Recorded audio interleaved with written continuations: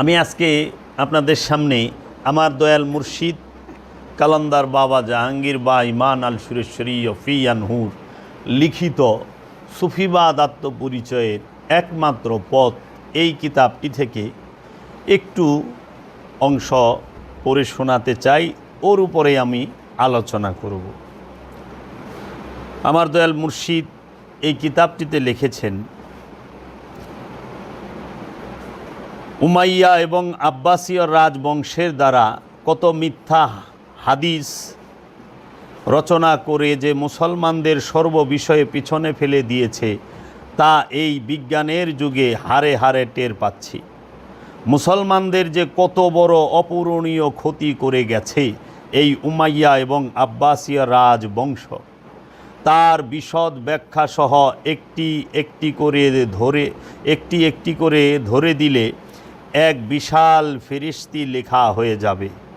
কেবল হাদিসের বেলাতেই নয়, বরং কোরআনের ব্যাখ্যা লিখতে গিয়ে তাদের উল্টাপাল্টা কথার ধারা নিজেরাই ধরা পড়তে শুরু করেছে। সাধারণ মুসলমান এসব গবেষণার মূল্যায়ন যে করতে জানে না তা নয়, বরং আমাদের মাঝে একটা ঐক্যবদ্ধ দায়িত্ববোধ এখনও জাগ্রত হয়নি। উমাইয়া এবং আব্বাসীয় রাজবংশের দ্বারা যেসব মিথ্যা হাদিস ও কোরআনের অপব্যাখ্যা করা হয়েছে তারই জের বয়ে চলছে সর্বস্থানে। কেবল মাদ্রাসাকে এককভাবে দোষ দিলে তো চলবে না। যা যা শেখানো হয় তাই ছাত্ররা শেখে এবং সরল মনে তাই বিশ্বাস করে। আমি বলবো এক কথা অথচ লিখছি আরেক কথা, অনেকটা বাধ্য হই, তাও একই কথা বারবার লিখতে হচ্ছে। আমাদেরকে শিক্ষা দেওয়া হয় মানুষের ছবি তোলা হারাম এবং প্রাণী জগতের ছবি ঘরে রাখলে ফেরেশতারা ঘরে বা যেখানে রাখা হয় সেখানে আসে না। আজকের আমার আলোচনার বিষয় হলো এইটা। কি বলছে? আমাদের মাদ্রাসা যে ছাত্রদেরকে শিক্ষা দেওয়া হয় এবং সমাজে আলেমুলামারা বলে থাকেন এবং ওয়াজ করে থাকেন অনেক দলিল রেফারেন্স দিয়ে, সেটি কি যে মানুষের ছবি তোলা হারাম এবং প্রাণী জগতের ছবি ঘরে রাখলে, মানে প্রাণী জগতের যে কোনো পশু পাখির ছবি যদি তুমি ঘরে রাখো, সেই ঘরে বা যেখানে রাখা হয় সেখানে ফেরেশতা আসে না। এবং আমি যে আলোচনা করি, আমার অনেক সময় আমার মাথার উপরে আপনার দেয়ালের মধ্যে আমার মুর্শিদের ছবি টাঙানো থাকে, এখনও অনেক ছবি আছে। তো অনেকে আমার আলোচনায় কমেন্ট করে এবং গালাগালিও করে যে তোর ঘরে ছবি তুই আবার কথা কস। এখন যে ব্যক্তিটা বলতেছে ফেসবুকে গাইলাইতেছে, তার নিজের প্রোফাইলেই ছবি আছে, তার নিজের প্রোফাইল পিকচারেই ছবি আছে। এখন ওনাকে যখন বলি ভাই আপনার প্রোফাইল পিকচারে তো ছবি, কয় প্রোফাইল পিকচারে ছবি দেওয়া জায়েজ আছে, দেওয়ালে টাঙ্গাই না জায়েজ নাই। ও তাই নাকি? ফতোয়া আছে মাশাআল্লাহ, ওইটা আমি পরে আইতাছি, আগে বাবাজানের বাণীটা বইলা নেই। আমাদেরকে শিক্ষা দেওয়া হয় মানুষের ছবি তোলা হারাম এবং প্রাণী জগতের ছবি ঘরে রাখলে ফেরেশতা ঘরে বা যেখানে রাখা হয় সেখানে আসে না। প্রাণী জগতের ছবি যারা আঁকে তাদের অনেক অনেক রকম শাস্তির ভয় দেখানো হয়। এতে ফলটি কি দাঁড়িয়েছে? বাবা জাহাঙ্গীর জিজ্ঞেস করছে, প্রশ্ন করছে, এতে ফলটি কি দাঁড়িয়েছে? প্রাণীবিদ্যা তথা জিওলজি, প্রাণীবিদ্যাকে আপনার বিজ্ঞানের ভাষায় বলে জিওলজি। এই জিওলজি একদম গায়েব, মানে মুসলমানের মধ্যে প্রাণীবিদ্যাই নাই। প্রাণীবিদ্যা পড়তে গেলেই প্রাণীদের ছবির প্রয়োজন, সুতরাং ছবিও নেই, প্রাণীবিদ্যা অর্জনের প্রশ্নই উঠে না।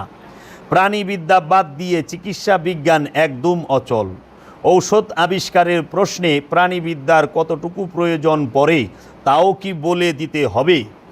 এদের দৃষ্টিভঙ্গি গ্রহণ করলে আধুনিক চিকিৎসা বিজ্ঞানই থাকে না। অথচ মেশকাত শরীফে মা আয়েশা হতে শুরু করে বড় বড় সাহাবাদের মুখ দিয়ে প্রায় আনুমানিক 200 বছর পর এই রকম হাদিসগুলো বলানো হয়েছে। যারা হাদিস সংগ্রহের ইতিহাস জানেন তাদের মনে মনে এই সব মহান সাহাবাদের উপর শ্রদ্ধা ও ভক্তির অভাব দেখা যায়, অথচ এরকম হাদিস তারা বলতেই পারেন না।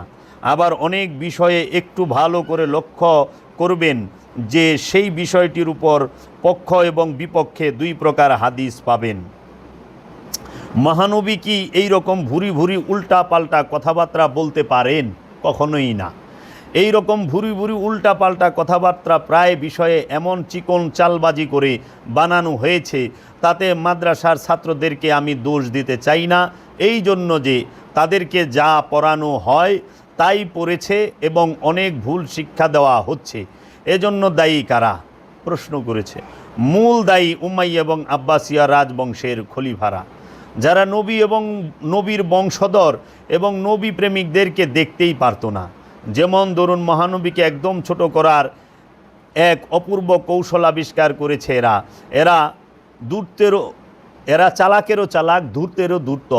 এরা চারিদিকে ঠিক রেখে পরিবেশ তৈরি করে দুর্বল স্থানে আঘাত করে এমন সূক্ষ্মতা অবলম্বন করে যে বড় বড় ইসলাম গবেষক পর্যন্ত ধরতে না পেরে হিমশিম খায় এবং এদের ফাঁদে পা ফেলে।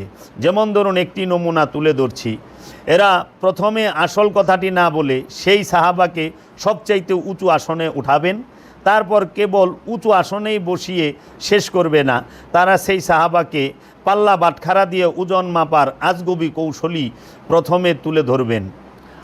পাল্লা বাটখারা দিয়ে ওজন মাপার আজগবি কৌশলটি প্রথমে তুলে ধরবেন। যেমন সমস্ত সাহাবাদের যদি এক পাল্লায় রাখা হয় এবং অপর পাল্লায় একা হজরত আবু বকরকে রাখা হয়, তবুও হজরত আবু বকরের পাল্লার ওজন ভারী হবে। এই রকম আমরা ওয়াজে শুনি। হজরত আবু বকরের পাল্লা ভারী হোক, এতে আমাদের কোনো আপত্তি নেই, কিন্তু সব রকম আপত্তিগুলো তখনই উঠে আসে যখন আব্বাসীয় রাজত্বের সংগ্রহ করা একটু গুরুত্বপূর্ণ এবং মারাত্মক আঘাত করা এবং কোরআন বিরোধী হাদিসখানা এই মহান সাহাবার মুখ দিয়ে বলানো হয়েছে। হাদিসটি বানানোর কৌশলটি এত চাতুর্যপূর্ণ যে সরল মানুষ সত্য বলে মনে করবে, জ্ঞানী লোকেরা চিন্তায় পড়ে যাবে কোরআন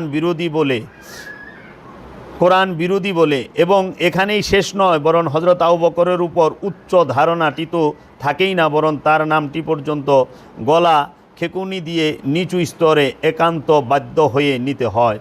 আমি অনেক খানকার শরীফে বহু মুসলমানকে হজরত আবু বকরের নামটি পর্যন্ত উচ্চারণ করতেও দেখিনি।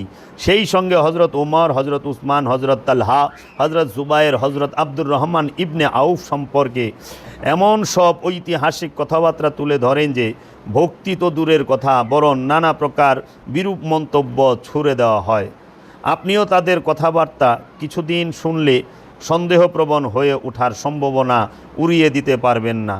কারণ উমাইয়া এবং আব্বাসিয়া রাজবংশের দ্বারা যে সব মিথ্যা হাদিস বানানো হয়েছে, সেই হাদিসগুলোর চুলচেরা বিশ্লেষণ ও ব্যাখ্যা দিলে আপনিও ভরকে যাবেন। এই রাজতন্ত্র সত্যের সঙ্গে মিথ্যাকে এমনভাবে মিশিয়ে দিয়েছে যেমন দুধের সঙ্গে পানি মিশিয়ে দেওয়া হয়। খালি চোখে পানি ধরার যেমন উপায় থাকে না, তেমনি এই বানানো হাদিসগুলো ধরতে কষ্ট হয়। তবে দুধে পানি কতটুকু মেশানো হয়েছে সেটা যন্ত্র দিয়ে পরীক্ষা করলেই পরিষ্কার ধরা পড়ে যায়। তেমনি কোরআনের সামনে রেখে হাদিসগুলো পরীক্ষা করার একটানা গবেষণায় ধরা পড়তে বাধ্য এবং ধরা পড়ে যায়। যেমন ধরুন, হজরত আবু বকরকে দিয়ে বলানো হচ্ছে এইভাবে যে যারা মোহাম্মদের পূজা করতে তারা জেনে রাখো যে আজ মোহাম্মদ মৃত, এবং যারা আল্লাহর পূজা করো তারা জেনে রাখো আল্লাহ চিরজীবন্ত। নওজুবিল্লাহ মিন যালিক। জলিলুল কদর সাহাবা হজরত আবু বকর সিদ্দিক তিনি কি বলতে পারেন যে আজকে জেনে রাখো মোহাম্মদের পূজা যারা করো মোহাম্মদ মৃত? যেদিন রসুল উফাত হয়েছেন সেই দিনের এই হাদিসটাকে ওই রেফারেন্স দিয়ে বলে। আব্বাসীয়দের বানানো হাদিসটি যে কোনো অবস্থাতেই কেটে না, আব্বাসীয়দের বানানো হাদিসটি যে কোনো অবস্থাতেই টেকে না, তার দলিল কোরআনে এবং সহি হাদিস হতে তুলে ধরলেই পরিষ্কার বোঝা যায়। মহানবী একজন সামান্য উম্মত, যিনি আপন নফসের বিরুদ্ধে আল্লাহর রাস্তায় যুদ্ধ করে শহীদ হয়েছেন, তাকে মৃত বলতে কোরআন মানা করেছে। বরং ধমকের ভাষায় বলা হয়েছে কখনোই মৃত বলো না, যদিও তুমি দেখছ মৃত, কিন্তু সে কখনোই মৃত নয়।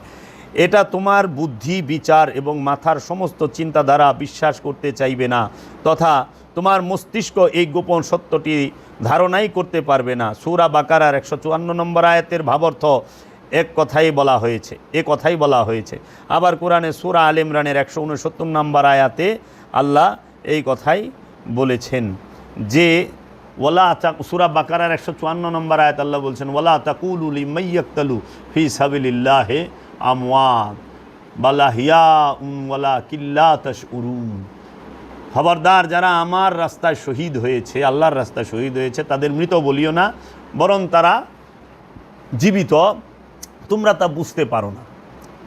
এবং আল্লাহ সূরা আলে ইমরানের 169 নম্বর আয়াতে বলছেন, ওয়ালা তাহসাবান্নাল্লাযীনা কুতিলু ফি সাবিলিল্লাহি আমওয়াত বাল আহইয়াউন ইনদা রাব্বিহিম ইয়ারযাকুন। খবরদার, যারা আমার রাস্তায় শহীদ হয়েছে, কতল হয়েছে, তোমরা তাদেরকে মৃত বলিও না, বাল বরং আহিয়া, তারা জীবিত, ইনদা রাব্বিহিম ইয়ারযাকুন, ভেতরে ভেতরে তারা রবের তরফ হইতে রিজিক পাইতেছে। এখন আল্লাহর রসুলের একজন উম্মত, সে যদি আল্লাহর রাস্তায় কতল হওয়ার পরে না মারা যায়, তাহলে সরকারে দু আলম রহমাতাল লিল আলামিন কীভাবে মারা যায়? এই হাদিসটা তো কোরআনের সাথে সাংঘর্ষিক হয়ে যায়। যে হজরত আবু বকরের মুখ দিয়ে যে হাদিসটা বলানো হয়েছে, যে হজরত আবু বকর সিদ্দিক বলেছেন, যারা মুহাম্মদের পূজা করতে, তারা জেনে রাখো যে আজ মুহাম্মদ মৃত, এবং যারা আল্লাহর পূজা করো তারা জেনে রাখো আল্লাহ চিরজীবন্ত। নউজুবিল্লাহ মিন যালিক। এই হাদিসটা কখনোই হযরত আবু বকর সিদ্দিক বলতে পারেন না। এটা উমাইয়া আব্বাসিয়া রাজবংশের ঘোর চক্রান্ত। কোরআনের সাথে হাদিস সাংঘর্ষিক। কারণ তোমরা দেখো যে 2014 সালে, না 2014 সালে, হ্যাঁ 2014 সালে আমার মুর্শিদ কালান্দার বাবা জাহাঙ্গীর বা ইমান আল সুরেশ্বরীর একজন সাধক খলিফা, তার নাম আজিজ মস্তান। সেই আজিজ মস্তানের উনি ইন্তেকাল করছে 1 বছর আগে। 1 বছর পরে তাকে কবর থেকে উঠানো হয়েছে। তার দেহ মুবারক একটা পশমও নষ্ট হয় নাই, অক্ষত রয়েছে। বাবা জাহাঙ্গীরের মুরিদ খলিফা আজিজ মস্তান, বাড়ি হইল ঢাকা জেলার নবাবগঞ্জ থানার কলাকুপা বান্দুরায়। হ্যাঁ, এইটা যুগান্তর পেপারে আসছিল 2014 সালের জানুয়ারি মাসের পেপারে এই খবরটা আসে যুগান্তরে। হ্যাঁ, তো একজন সাধক, একজন ওলিয়ে কামেলের খলিফার দেহ হইতো নষ্ট না। আমরা দেখি না অনেক সময় কবর খুঁজতে গেলে যে 45, 60 কিংবা 30 বছর পূর্বে ওনাকে এই কবরে দাফন করা হয়েছে, এই দেহটা নষ্ট হয় নাই। অনেক আছে না, অনেক পাওয়া যায়। তাই আল্লাহর একজন নেককার বান্দার দেহটাই তো নষ্ট হয় না, তাইলে আল্লাহর রসুল রাহমাতাল লিল আলামিনের দেহ মুবারক কীভাবে নষ্ট হয়? আর আসে মৃত্যুর কথা। আরে মুহাম্মদ সাল্লাল্লাহু আলাইহি সাল্লাম তো কারো পিতা না, তো মুহাম্মদ সাল্লাল্লাহু আলাইহি সাল্লাম মৃত্যুবরণ করে কেমনে? সারা কোরআনে কোথাও আছে যে মুহাম্মদ যায়কাতাল মউত? না, আছে কুল্লু নাফসুন যায়কাতাল মউত, প্রত্যেক নফস মৃত্যুর স্বাদ গ্রহণ করবে। এখন মুহাম্মদ নফস, এইটা জগতে কোন আলেম প্রমাণ করতে পারবে? মুহাম্মদ সাল্লাল্লাহু আলাইহি সাল্লাম যে নফস, এটা জগতে কোনো আলেম প্রমাণ করতে পারবে না। মুহাম্মদ কাকে বলে এই ভেদ রহস্য তারা জানে না, তাদের জানা নাই। কিন্তু বিরাট বড় ইসলামিক গবেষক আর বিরাট বড় পীর মশায়েক হয়ে বয়ে রয়েছেন, কিচ্ছু করার নাই। এর লেগে তারা মুহাম্মদ সাল্লাল্লাহু আলাইহি সাল্লামের রুহে সোয়াব পাঠায়, রসুলের রুহে সোয়াব পাঠায়। আবার কেউ তো আছে রওজা পাকে সোয়াব পাঠায়, হাদিয়া পাঠায়। আবার কেউ আছে আরওয়া পাকে পাঠায়। এগুলো সবগুলোই বেয়াদব, সব বেয়াদব। কারণ তুমি আমানু হইয়া রসুলের জন্য দোয়া করার মতো উপযুক্ত পাত্র নও। তুমি একজন পীর হইয়া, পিসাব হইয়া রসুলের লেগে দোয়া করার উপযুক্ত পাত্র নও। কারণ রসুলের দয়া ভিক্ষা পাইলেই তুমি অলি হইবা। যার দয়ায় অলি হও, যার ভিক্ষা পাইলে অলি হও, রসুলের বংশের দয়া ভিক্ষা পাইলে যারা অলি হয়, তারা কিভাবে রসুলের জন্য আর রসুলের বংশের জন্য সোয়াব পাঠায়, দোয়া পাঠায়? সোয়াব তার জন্য দরকার যার নফস শয়তানযুক্ত, যার নফস ক্ষতিগ্রস্ত, যিনি অকল্যাণে আছে তার জন্য কল্যাণ পাঠাইতে হবে, যিনি বরদোয়ার মধ্যে আছে, অভিশাপের মধ্যে আছে তার জন্য দোয়া করতে হবে, যিনি লোকসানের মধ্যে আছে, ক্ষতিগ্রস্ততার ভিতরে আছে তার জন্য দোয়া পাঠাইতে হবে। এখন রসুল এবং রসুলের বংশ তো সবচেয়ে আলা, সবচেয়ে উঁচু মর্যাদার। হ্যাঁ, এইটা এখন ছবির বিষয়টা যেটা নিয়ে আমি করছি, এই বিষয়ে আমি অন্য সময় আলোচনা করুম এই হাদিসের। তো এখানে আরেকটু বলা উচিত যে আল্লাহ রব্বুল আলামিন আবার কোরআনে সূরা আলে ইমরানের 169 নম্বর আয়াতে জোর দিয়ে বলা হয়েছে এই বলে যে যারা জিহাদে আকবরে জয়ী হয়ে শহীদ হয়ে ওলি হয়েছেন তাদেরকে মৃত চিন্তা করতেও একদম মানা। কথা প্রসঙ্গে একটি কথা এসে যায় যে চিন্তা করলে গুনাহ লেখা হয় না। যদি কেউ খারাপ কাজ করবে বলে চিন্তা করে কিন্তু সেই খারাপ চিন্তাটি বাস্তবে তথা হাতে নাতে না করে তাহলে গুনাহ লেখা হয় না, কারণ খারাপ কাজটি বাস্তবে যেই পর্যন্ত প্রতিফলিত না হবে সেই পর্যন্ত গুনাহ লেখা হবে না। কিন্তু সমগ্র কোরআনে তন্ন তন্ন করে খুঁজে শুধু দুটো জায়গায় চিন্তা করলেও অন্যায় বলে বলা হয়েছে। একটি আলে ইমরানে, সূরা আলে ইমরানে, অপরটি সূরা নেসার 150 আয়াতে। আল্লাহ রাব্বুল আলামিন সূরা নেসার 150 নম্বর আয়াতে বলেছেন, 51 নম্বর আয়াতে যে কি ওয়ায়ুরিদুনা আইয়ু ফারিকু বাইনাল্লাহি ওয়া রাসূলি উলাইকা হুমুল কাফিরুনা হাক্কা। যাহারা ওয়া এবং ইউরিদুনা যারা মনে মনে ইচ্ছা করে, এরাদা করে, আইয়ু ফারিকু বাইনাল্লাহি আল্লাহ আল্লাহ এবং রসুলের মধ্যে পার্থক্য করার মনে মনে চিন্তা করে, ইচ্ছা করে, তাহারাই হইল 100% কাফের, কাফেরুনা হাক্কা 100%। ওয়ায়ুরিদুনা ইউফারিকু বাইনাল্লাহি ওয়া রাসূলি উলাইকা হুমুল কাফেরুনা হাক্কা। যারা আল্লাহ এবং আল্লাহর রসুলের মধ্যে মনে মনে ইচ্ছা করে, এরাদা করে যে আল্লাহ আলাদা রসুল আলাদা, ভাগ করে, ফারাক করে, তফাত করে, তাহারাই হইল 100% কাফের। সূরা নেসার 150 এবং 51 আয়াতে আল্লাহ স্পষ্ট বইলা রাখছে। আর এখন যাহারা বলে রসুল মৃত, হ্যাঁ, নাউজুবিল্লাহি মিন যালিক, নবী করিম সাল্লাল্লাহু আলাইহি ওয়াসাল্লাম ইন্তেকাল করছেন, মারা গেছেন মৃত, নাউজুবিল্লাহি মিন যালিক, তাদের তো ঈমানই নাই।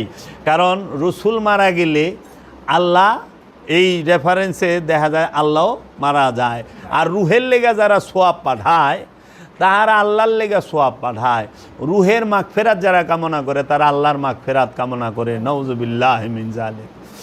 আল্লাহর লেগা হনে মুসলমানরা দোয়া করা শুরু করে দিছে, আল্লাহ ওই যে কয় না, রুহে সোয়াব পাঠায় দেন, তার রুকে জান্নাতুল ফেরদৌস নসিব করে দেন, এরকম করে কয় না সুন্দর করে।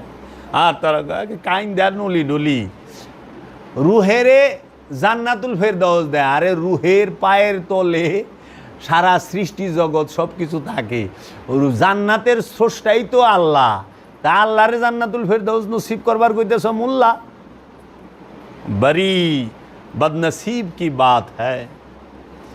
বড় দুঃখজনক কথা।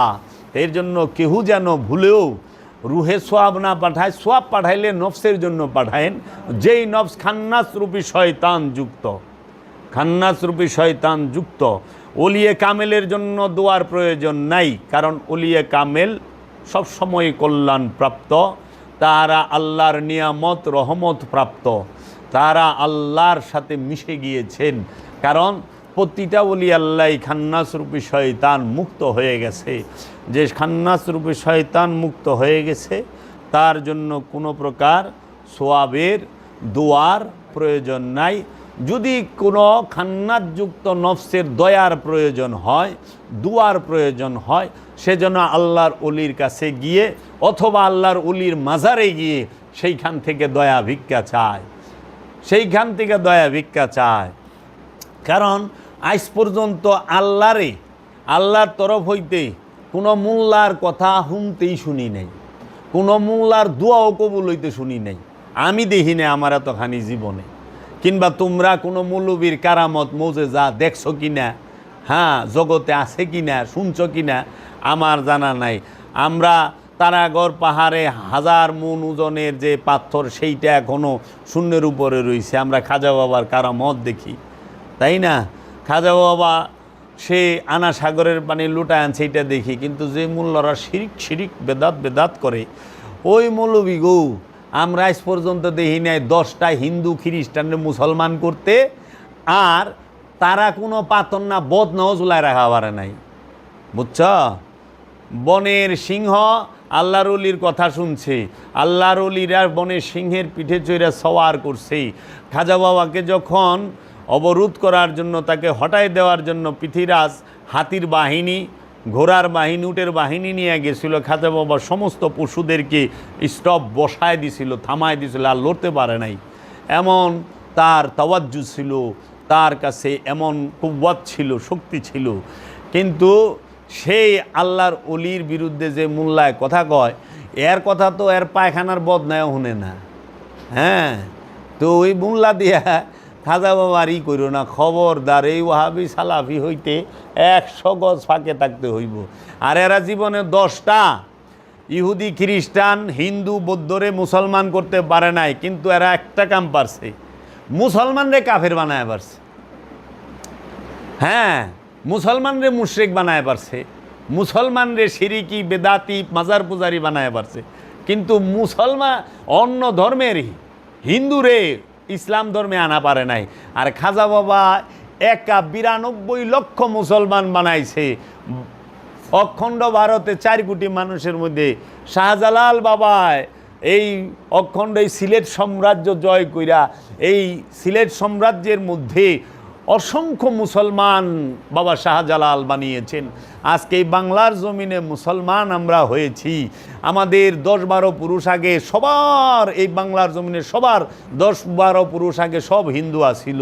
এই বাংলার জমিনে মুসলমান বানিয়েছেন বাবা শাহজালাল, বাবা শাহপরান, বাবা খান জাহান আলী, বাবা সুলতানুল আউলিয়া হজরত শাহ আলী বাগদাদি, এবং বাবা ওই যে নেত্রকোনায় যিনি আছেন বাবা শাহ সুলতান, তিনি কমরউদ্দিন রুমি, বাবা কি বলকি ওই যে মহেস্তানগড়ে বগুড়ায়, এই সমস্ত ওলি আল্লাহরা এরা কি করছে, অন্য ধর্মের মানুষকে তাদের কাছে আইনা শিক্ষা দিয়া ইসলাম ধর্ম গ্রহণ করাইছে।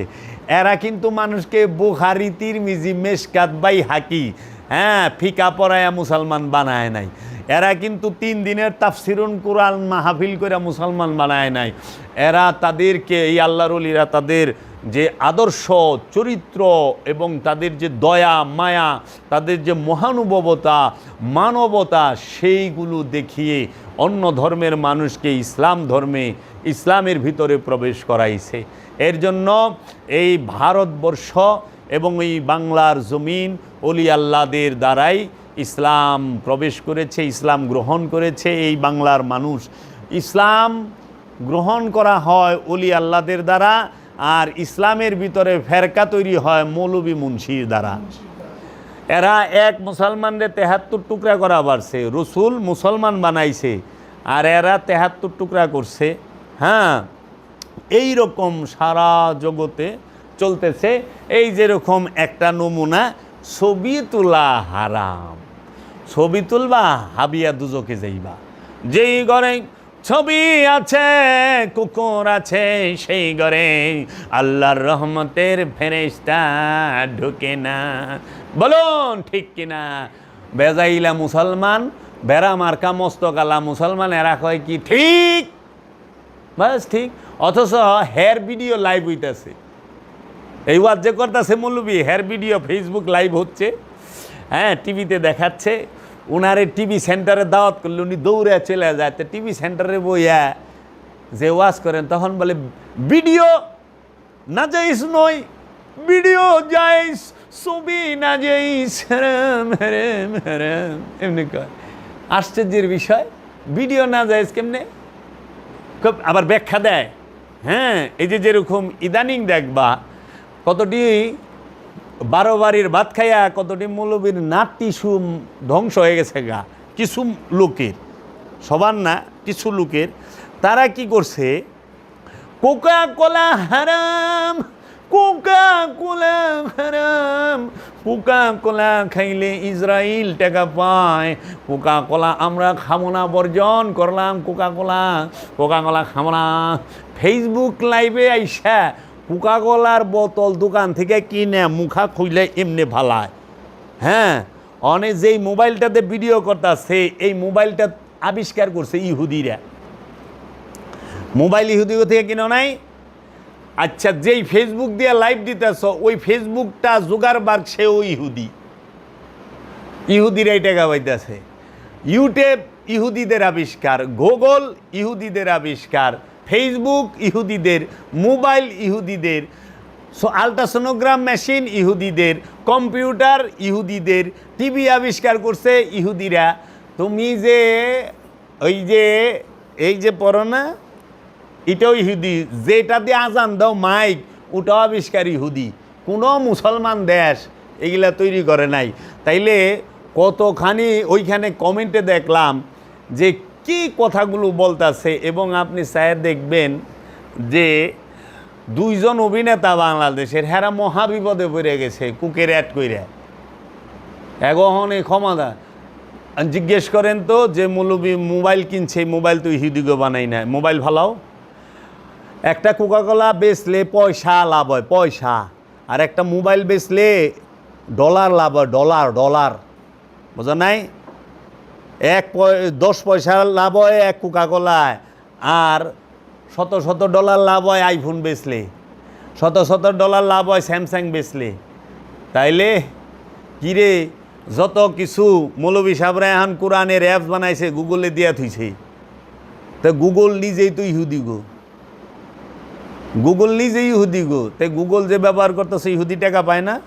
ফেসবুক যে ব্যবহার করতেছ, কয়দিনে জুগারবার্গ পৃথিবীর 1 নাম্বার দুনিয়া গেল গা, ফেসবুক দিয়া, টুইটার দিয়া, ভাইবার দিয়া। তো এইগুলা ইহুদি টাকা পায় না? এর জন্য আলেম সমাজের উচিত হবে, এইটা তাদের প্রতি আমার একান্ত অনুরোধ এবং পরামর্শ, বাংলাদেশের সমস্ত আলেম সমাজ, তারা যদি, যারা নাকি বলেন কোকাকোলা হারাম, ইহুদি টাকা পায়, তাদের প্রতি অনুরোধ, তারা যেন মোবাইলটা ব্যবহার করা ছাইরা দেয়, তারা যেন কম্পিউটার ব্যবহার করা ছাইরা দেয়, তারা যেন হজে হাইটা যায়, বিমানে না যায়, কারণ বিমানও ইহুদিরা বানায়। তারা যেন গুগল ব্যবহার না করে, ইউটিউব ব্যবহার না করে, ফেসবুক ব্যবহার না করে। আরে আমরা যারা আলেম আছি, বাংলাদেশের বড় বড় আলেমরা যে যারা নাকি কোকাকোলা এত কথা কইবার লইছে, তারা ইউটিউব থেকে মিনিমাম 2-2.5 লাখ টাকা মান্থলি ইনকাম করে, ফেসবুক থেকে টাকা ইনকাম করে। ফেসবুক থেকে টাকা ইনকাম করা জায়েজ, ইউটিউব থেকে টাকা ইনকাম করা জায়েজ, আর কোকাকোলা খায়া ইহুদিদেরকে টাকা দেওয়া হারাম। আর আমাগো বাঙালিও, আমরাও ঠিকই তো কিছু হুজুরে, ওখানে কুক খায় না, ওখানে খায় মুজু। কে বানাইছে? আফগানিস্তান। আমরা মুজু খাই আফগানের। আরে আফগানিস্তানের মানুষ বোমা কিনে, পিস্তল কিনে সব আবার ইহুদিগো কাছ থেকে, আমেরিকার কাছ থেকে, রাশিয়ার কাছ থেকে। যাবি কই? হ্যাঁ, খেজুর খাইয়া সৌদিরে টাকা দিবি, সৌদি যায় রাশিয়ার থেকে পারমাণবিক মিসাইল কিনা লয়ে আহে, কামান কিনা লয়ে আহে, বিলিয়ন ডলারের অস্ত্র কিনা লয়ে আহে। তো গোটাকা তো যায় না ইহুদির ঘরে। কি কইবা? কিচ্ছু করার নাই। কবে যে এই মুসলমানের, এই উমাইয়া আব্বাসিয়াদের এই সমস্ত বেজাইলা হাদিস থেকে বাইরে পারবো, অপসংস্কৃতি থেকে সায়েন্স টেকনোলজিতে উন্নতি লাভ করতে পারবে, কবে আমরা জ্ঞান বিজ্ঞান এবং প্রযুক্তিতে উন্নত স্তরে যাইতে পারম, আল্লাহ মালুম, দয়াল ভালো জানে। এখন এই ছবি লইয়া যে কথা, ছবি তোলা হারাম, ছবি তুললে হাবিয়া দুজকে যাইবা। জানো, ছোটোবেলায় ছবি আঁকছিলাম দুয়েল পাখির। আমার বাবা তো আলেম, কওমি মাদ্রাসার, সে অনেক মারছিল আমাকে, 2 ভাইয়েরে। আর ছোট্টবেলা, আমরা ছোটো তো, বাচ্চা তো, নানির বাড়িতে গেছি মানিকগঞ্জে বেড়াইতে, একটা মেলা হয়। তো আমাদের যে আমার ছোটো বোনের লেগে একটা পুতুল কিনে আনছিলাম মেলা থেকে। আমার বাবা তো কওমির আলেম, এটা আমরা তখন, আমাদের বয়স 6-7 কি 8। কমলি আছে না, ওই যে বন জঙ্গলে থাকে, কমলি দিয়ে একটা বাড়ি দিছিল পিঠে, পিঠটা ফাইটা হয়ে গেছিল। তখন বলছিল, তুমি যেই ছবি এঁকেছ আর এই পুতুল কিনেছ, তুমি কি হাসরের মাঠে পুতুল হয়ে দেখিয়ে দিতে পারবে? পুতুলের ভিতরে জান দিতে পারবে? চরমোনায়ের মুরিদ আমার আব্বা। আবার কই, না বাবা, জীবনে করতাম না। যে বাড়ি খাইছি সেই বিরিয়ানি খাইছিলাম। ওখানে দেখো বাবা, ছবি তোলা আরাম, তাই না? ছবি যেখানে থাকে ফেরেশতা ওখানে থাকে না। তাইলে এই কথাটা আমাকে দেশের মৌলবী মুন্সিরা জানলো, মাদ্রাসায় পড়াইলো। তো সৌদি আরবে রিয়ালের মধ্যে ছবি দিল কেমনে বাদশা গো? এটা তো হাদিসটা তো ওনাদের ওইখান থেকেই আসছে, আমাদের এখান থেকে তো না। সৌদি আরব থেকে হাদিসটা আইছে না, সৌদি উমাইয়া আব্বাসিয়া রাজবংশই তো লেখাইছে। তাইলে তারা রিয়ালের মধ্যে ছবি দিল কেন? 500 টাকার রিয়াল, 500 রিয়ালের যে 500 রিয়ালের যে 500 নোট, সেটার মধ্যে ছবি, 1000-এর নোটের ছবি, 200-র নোটের ছবি, 50-এর নোটের ছবি, 100-র নোটের ছবি, সবটির মধ্যে ছবি। এবং আরবের সমস্ত দাপ্তরিক অফিস আদালতের সব জায়গায় ছবি আছে রাজাগো। তাহলে রাজাগো বিলবোর্ডে ছবি আছে, রাজাগো ছবি হালাল, আমাগো ছবি হারাম। বাটি হালাল জোল হারাম, না জোল হালাল বাটি হারাম, এইরকম হয়েছে হাল। তুমি করলে কুরু কুরু, আমরা করলে মাকরু। হ্যাঁ, তাহলে ওনারা যে করলেন, দেখো রিয়ালে ছবি আছে আর রিয়াল সবার পকেটে আছে।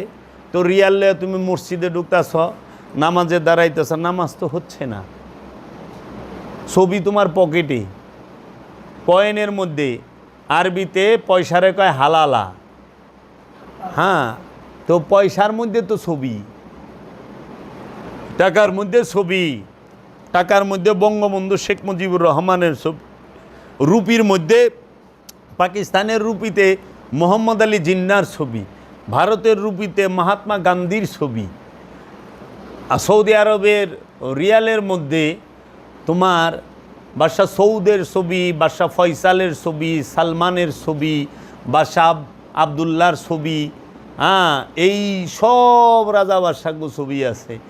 তাইলে পরে ডলারের মধ্যে আছে আমেরিকার ডলারের ছবি। তো ডলার কার পকেটে নাই, রিয়াল কার পকেটে নাই, টাকা কার পকেটে নাই, রুপি কার পকেটে নাই, সবই তো পকেটের মধ্যে আছে। তাইলে পরে ছবি লইয়া মসজিদে যদি ঢুকো, নামাজ হইব? মানে যেই জায়গায় ছবি আছে ওই জায়গায় ফেরেশতাই ঢুকে না। তাই গড়েও ফেরেশতা নাই, শৈলেও ফেরেশতা নাই, মসজিদে ঢুকছো হেনেও ফেরেশতা নাই, অফিসে ঢুকছো হেনেও ফেরেশতা নাই, রাস্তাঘাটে ঢুকছো হেনেও ফেরেশতা নাই। ফেরেশতার শূন্য বিশ্ব হয়ে গেল তাইলে। কারণ বিশ্বের সব টাকার মধ্যে ছবি, সব দেশে ছবি আছে, সব জায়গায় ছবি আছে। অনেক হজ করবার যাইবা, ছবি সহ বেল্টের মধ্যে বাংলাদেশের পতাকা টকাতাকা দিয়া সব দিয়া থয়। অনেক আরাফার ময়দানেও ছবি নেই। ই ফেরেশতা অনেক আছে কি না, হুজুর গজি গান লাগবো, ছবির তো শেষ নাই। তো বাবা, তোমরা কোকাকোলা খাও না, কিন্তু ফেসবুক দিয়ে ইহুদিগো টাকা দাও, ক্যামেরা দিয়ে কিনা ইহুদিগো টাকা দাও, অস্ত্র কিনা ইহুদিগো টাকা দাও। কবে বাইরেই বাই গেলার থেকে। এখন দেখো ছবি তুললা না কেন? উমাইয়া আব্বাসিয়া এরা সব সময় এই রাজবংশটা ইহুদির সাথে, মানে ব্রিটিশের সাথে জড়িত। ব্রিটিশের সাথে তাদের খুব সুসম্পর্ক। ব্রিটিশের চক্রান্তে তাহারা এই মুসলমান জাতিটাকে জ্ঞান বিজ্ঞানে পিছায় রাখবো, তার জন্য তাদেরই এজেন্ট বাড়া কইরা আমাদের কাছকে প্রাণীবিদ্যার থেকে, চিকিৎসা বিজ্ঞান থেকে দূরে রাখছে। আজকে প্রাণীর ছবি অনেক, আমার বাচ্চাদেরকে যদি, তোমার আমার বাচ্চাদেরকে যদি সিংহ চিনাইবার যাও, তুমি কি সুন্দরবন থেকে রয়্যাল বেঙ্গল টাইগার আর সিংহ ধইরা না পারবা? তারপরে চিনাইবা? আর এটাও তো সম্ভব না যে সুন্দরবনে যাইয়া দেখাইবা, চিনাইবা। তাইলে কি ছবি দেখে চিনার লাগবো না? তো তুমি হাতি চিনাইবা, হাতি কিউন থেকে বাইন্দা ধরে লইবা, না তুমি নিজে ফ্যামিলি লোনে যাইবা? তো ছবির মাধ্যমেই তো প্রাণী জগৎ সম্পর্কে ধারণা থাকতে হবে। তাই প্রাণী জগতের যে প্রাণীবিদ্যাকে বলা হয় ইংরেজিতে জিওলজি। হ্যাঁ, জুওলজি। এই জুওলজির যে জ্ঞানটা, এটা আমাদের নাই। হ্যাঁ, এখন এর লেগে ওই যে জ্ঞান নাই দেখা আমাকে কই দিছে সাপ মারা, সাপ দেখলেই মারতে হবে, বিষধর সাপ বাঁচিয়ে রাখতে নাই, টিকটিকি দেখলে মেরে ফেলতে হবে। অনেক সাপ যে আমাকে কত উপকার করে, সব সাপ বিষধর সাপ না, সব সাপের মধ্যে বিষ নাই। কিছু সাপ আছে ধান ক্ষেতের ইঁদুর খায়, এতে ধান ক্ষেত ভালো থাকে, ফসলাদির মধ্যে ইঁদুর লাগে, ইঁদুর সাপে খায় ফেলায়, বিষ প্রয়োগ করতে হয় না, এর জন্য পরিবেশ সুন্দর থাকে। আবার কিছু সাপ আছে বিষাক্ত, তো বিষাক্ত সাপগুলো সম্পর্কে ধারণা নিতে হইলে তোমরা ডিসকভারি, ন্যাশনাল জিওগ্রাফি চ্যানেলগুলো দেখবা, প্রাণী জগৎ সম্পর্কে ধারণা হবে। অনেক যেই সাপ দেয় সেই সাপে মাইরা হালায়। এদিন দেখলাম এই যে বর্তমানে যে একটা ভয়ঙ্কর সাপ, আমরা ইয়েও দেখছি, ঢাকা জেলা কেরানীগঞ্জেও দেখছি, রাসেল ভাইপার, এই সাপটা বলে ভয়ঙ্কর বিষধর। কিন্তু একটা ভিডিওয়ে দেখলাম গুক্কু সাপে এই রাসেল ভাইপারের গিলা খায় হালাইতেছে মাইরা। তো কাজেই প্রাণী জগৎকে রক্ষা করতে হবে। এখন আমরা গাছও কাটতাছি তুমুলভাবে, ফল আমরা গাছে পাকতে দেই না, কাঁচা থাকতে ছিঁড়া স্প্রে মাইরা পাকাই। আবার ফল যা হে আমরা ঠুঙ্গা লাগায় দেই, প্যাকেট লাগায় দেই। তাহলে পাখিগুলো বাঁচবে কি খায়া বাবা? পাখি কেমনে বাঁচবো? পাখির খাবারই তো ফল। পাখি গাছে থাকবো, গাছের ফল খাইব। অনেক ফল তো পাকনেরই চান দেয় না মানুষে, খেতে ফসল পাকনেরই চান দেয় না। তো এখন এই ফলগুলো পাখিতে কেমনে? আবার যাও পাকে এমনভাবে বস্তা দিয়ে ডাইকা রাখে পাখিরা আর খাওয়ানো। তাহলে এই পশু পাখি আস্তে আস্তে বিলুপ্ত হচ্ছে। আগে পশু মারা গেলে ফালায় দিত চোখে পাথরে, ওইগুলারে শকুন খাইতো, কাকে খাইতো, পশু পাখিতে খাইতো, খায়া বাইচা থাকতো। আর এখন সব মাটির নিচে কারণে আস্তে আস্তে এখন শকুন দেখেন, শকুন নাই, শিয়ালের পরিমাণ কমে গেছে। অনেক ধান খেতেও মানুষ যায় বাড়ি করে, তো শিয়াল থাকবো গুই, জঙ্গল নাই, শিয়াল কই থেকে থাকবো? তা প্রতিটা প্রাণী দিয়েই আমাদের অনেক উপকার হয়। তাই এই যে ছবির বিষয়গুলো যে বলে যে ছবি থাকলে ঘরে ফেরেশতা ঢুকে না, বাবা গো, এইটা ডাহা মিশা কথা, একদম ডাহা মিশা কথা। যদি ছবি থাকলে যেখানে ছবি আছে ওই জায়গায় ফেরেশতা আহে না, তাহলে মানুষের পকেটে টাকা আছে, কোনো মানুষের কান্দে ফেরেশতা নাই, গেছে গা। কারণ পকেটে টাকা তো, টাকার মধ্যে ছবি, পকেটে রিয়াল তো, রিয়ালের মধ্যে ছবি, দুই কান্দের ফেরেশতাও নাই, কোনো আনে ফেরেশতা না। এর লেগা মনে হয় বেশিরভাগ আকাম কোকামগিলা করতেছে যে ফেরেশতা তো নাই, লেখাই পারবো না। আবার এই যে দোকান পাশানে দেখবা ছবি টাঙায় রাখছে, ট্রেড লাইসেন্সের মধ্যে ছবি আছে, টাঙায় রাখছে। অনেক ফেরেশতা তো ঢুকা পারে না, অনেক হ্যাঁ ওজনে কম দিতেছে, কারণ ফেরেশতা লেখা পারতেছে না, ঢুকাই পারতেছে না, ছবি আছে, এর লেগে মনে ওজনে কম দেয়, এর লেগে হেরা ডরাই না আল্লাহরে। আমাদেরকে এই সমাজের মধ্যে পাপ কাজে বেশি উৎসাহিত করছে এই সমস্ত কথাবার্তাগুলোতে। এই যে অনেকে বলে না যে কোনো আপনি যতই পাপ করেন, নামাজ ঠিক রাখেন, নামাজের কাজ নামাজে করব, পাপের কাজ পাপে করব, কখনোই না। নামাজ আমানুল লেগা, আর নামাজ পাপ থেকে বিরত রাখে। যে নামাজও পড়ে পাপও করে, তার লেগা নামাজই নাই। কারণ যে নামাজ কায়েম করে সে পাপ করতে পারে না, আর যে পাপ করে তার কোনো নামাজ হয় না। তাহলে এই যে চোর দাউর্গ সাই দিয়ে দিল না, যে যা খুশি তাই করেন, না, নিজের ইচ্ছায় চলো নিজেই বোন, আল্লাহর ইচ্ছায় চলতে হবে। আল্লাহর ইচ্ছায় যে চলে সে আমানু, সে মুমিন। আল্লাহর ইচ্ছায় যে চলে সেই মুসলমান, রসুলের ইচ্ছায় যে চলে সে মুসলমান। নিজের ইচ্ছায় যে চলে সে মুসলমান না, সেই কাফের, সেই হচ্ছে অমুসলিম। মুসলমান গোত্রের না, জাতের না, মুসলমান দলের না, আদর্শের। এর জন্য আমরা যেন দলগত মুসলমান না হই, আমরা যেন এই লেবাসের মুসলমান না হই, আমরা যেন মুসলমান, আনুষ্ঠানিক মুসলমান না হই, আমরা হই আদর্শের মুসলমান, রসুলের আদর্শের মুসলমান হই, ইব্রাহিম খলিলুল্লাহর আদর্শের মুসলমান যেন হইতে পারি। কারণ মুসলমান শব্দের অর্থই আত্মসমর্পণকারী। যিনি আল্লাহর ইচ্ছার কাছে, রসুলের ইচ্ছার কাছে আত্মসমর্পণ করতে পেরেছেন, তিনি মুসলমান হয়েছেন। এর জন্য রসুলের ইচ্ছা মিথ্যা বইল না, মিথ্যা কইও না। রসুলের ইচ্ছা ওজনে কম দিও না, অন্যের হক মাইরা খায়ও না, অন্যের হক নষ্ট করো না, অন্যকে কষ্ট দিও না, সৃষ্টির সেবা করো। এইগুলো যে নিষেধগুলো আল্লাহ এবং রসুল করছে ওইগুলোকে মাইনা চলা, এবং যে আদেশগুলো রসুল এবং আল্লাহ বলছেন সেগুলোকে মাইনা চলার অপর নামই হলো মুসলমান। সুন্নতে খাতনা দিলে মুসলমান হয় না। যদি সুন্নতে খাতনা দিলেই মুসলমান হইতো তাহলে মেয়েরা মুসলমানই হয়ে পারল না, কারণ মেয়েগো সুন্নতে খাতনা দেওয়া যায় না। এর জন্য যদি লেবাসে মুসলমান হয়, যে দাড়ি রাখছো, টুপি পাঞ্জাবি পায়জামা পরছো, তুমি মুসলমান, তাহলে মেয়েরা পাঞ্জাবিও পরা পারে না, দাড়িও রাখা পারে না, টুপিও ভিন্দা পারে না, হেরা এইগুলো ফাগরি মাগরিও মাথায় বাঁধা পারে না, তো এরা মুসলমানের সাইডটা বাদ হয়ে যায়গা। আবার যদি বাপ দাদার ঘরের মানে জন্মসূত্রে মুসলমান হয়, যে বাবা মা মুসলমান, তাদের ঘর থেকে যারা আইছে হেরাই মুসলমান, তাইলে তো আমরা দেখি অনেক বড় বড় যে অসৎ লোক তারাও মুসলমানের ভিতরে ঢুকে যায় না। এর জন্য মুসলমান হলে আদর্শের মুসলমান, আদর্শের মুসলমান হইতে হবে এবং জ্ঞান গবেষণা করতে হবে, কোরআন পড়তে হবে, কোরআন গবেষণা করতে হবে, এবং আল্লাহর যারা ওলি, আল্লাহর নূরে যারা নূরময়, রসুলের আদর্শে যারা আদর্শবান, তাদের সহবতে যেতে হবে। কোরআন পইরা হেদায়েত হওয়া যায় না। কোরআন পইরা হেদায়েত হইতে গেলে অবশ্যই কোরআনের ওয়ারিস যারা আল্লাহর ওলিরা তাদের লাগবে। শুধু আরবি পইরা হেদায়েত পাইবা না, তখনই হেদায়েত পাইবা যখন তুমি কোরআনের ওয়ারিস যারা আল্লাহর ওলিরা তাদের কাছে যাইবা। কারণ আমরা দেখছি আরবি কোরআন অনেক বড় বড় খারাপ আলেম উলামারা পড়ছে, কিন্তু তারা মার্ডারের সাথে জড়িত, তারা অপকর্মের সাথে জড়িত, ড্রাগসের সাথে জড়িত। আমরা দেশ বিদেশে অনেক দলিল পাই, এবং বোমাবাজির সাথেও জড়িত আমরা দেখছি না।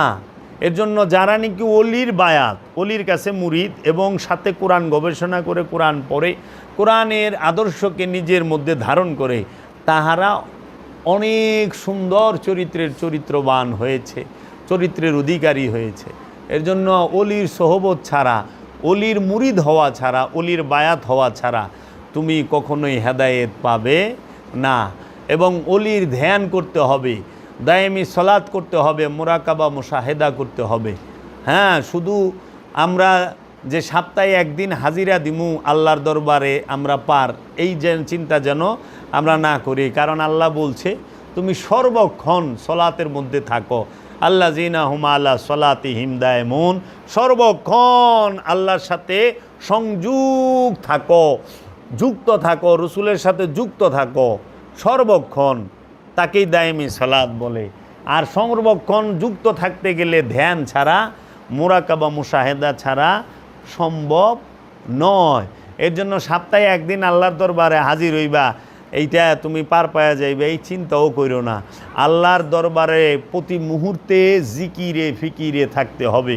এর জন্য আল্লাহ বলছেন সর্বক্ষণ জিকির করো, সর্বক্ষণ তুমি শুইয়া বসিয়া দাঁড়াইয়া তিন অবস্থায় আল্লাহর জিকিরে মশগুল থাকো। কারণ মানুষ এই তিন অবস্থায় থাকে সারা দিন রাত 24 ঘন্টার মধ্যে, নয় দাঁড়াইয়া থাকে, নয় শুইয়া থাকে, নয় বসিয়া থাকে। এর জন্য আল্লাহর জিকির করবা দাঁড়াইয়া, শুইয়া এবং বসিয়া, সর্বক্ষণ। গাফেল হওয়া যাবে না। জো দম গাফেল সো দম কাফের, জিকির থেকে গাফেল হওয়া যাবে না। বুঝছ? এই বিষয়গুলো তোমরা মনে রাখবা। আর এই ছবি তোলা হারাম, ছবি তুললে ফেরেশতা নেয়, এই সমস্ত মোল্লার ফেদাই শুনবা না। এগুলা আজগবি শরীফের হাদিস, এগুলা আজগবি কথাবার্তা, যেগুলো ধর্ম বিজ্ঞান দর্শন সব কিছুর বিপরীতে দাঁড়ায় রয়েছে। এখন ছবি ছাড়া চাকরি হয় না, ছবি ছাড়া স্কুল কলেজ মাদ্রাসায় ভর্তি হয় না, তো ছবি তোলা হারাম। হুজুর হজে যাইতে সময় ছবি তুলেন কে? হারাম। হুজুর ছবি তোলা হারাম, তে মাদ্রাসায় ভর্তি করতে সময় ছবি লাগে কে? আচ্ছা হুজুর ছবি তোলা হারাম, ছবি তুললে আমি দুজকে যাইবা, তাইলে হুজুর আপনি যে পাংখা মার্কায় কারাইলেন ছবি লইয়া, হুজুর ছবি ছাড়া তো পাংখা মার্কা দেয় নাই, সেই পাংখা মার্কা ছবি ছাড়া আইছে কিনা বলেন? তো ছবি তো লাগিয়ে গেছে, তো ছবি লাগছে না, ইলেকশনে দাঁড়াইতে ছবি লাগে না, নির্বাচন কমিশনের ছবি লাগে না। হুজুর আপনারা যে নিবন্ধন করাইলেন আপনাদের কি কি ছবি লাগে নাই? রাজনৈতিক দলের নিবন্ধন করায় নাই, তেহাগো ছবি লাগে নাই? ছবি ছাড়া রাজনৈতিক দলের নিবন্ধন হয়? ছবি ছাড়া নমিনেশন পায় না? এর লেগা এখন আর বড় বড় হুজুররা বলে না যে ছবি তোলা হারাম, মানে ছোট ছোট হুজুররা কয়, বড় হুজুররা এখন বাদ্দা দিছে। এক কালে কইতো জিন্সের প্যান্ট পরলে হামিয়া দুজকে যাবি, কোটটাই পরলে হামিয়া দুজকে যাবি, এটা ফেরেঙ্গিদের পোশাক, এগুলো পরা নাজায়েজ হারাম। এখন তাহারাই পাঞ্জাবির উপরে কোট পরে, তাহারাই বলে নায়কটাই নাজায়েজ, নায়কটাই জায়েজ। না, চেঞ্জ হয়ে গেছে দর্শন।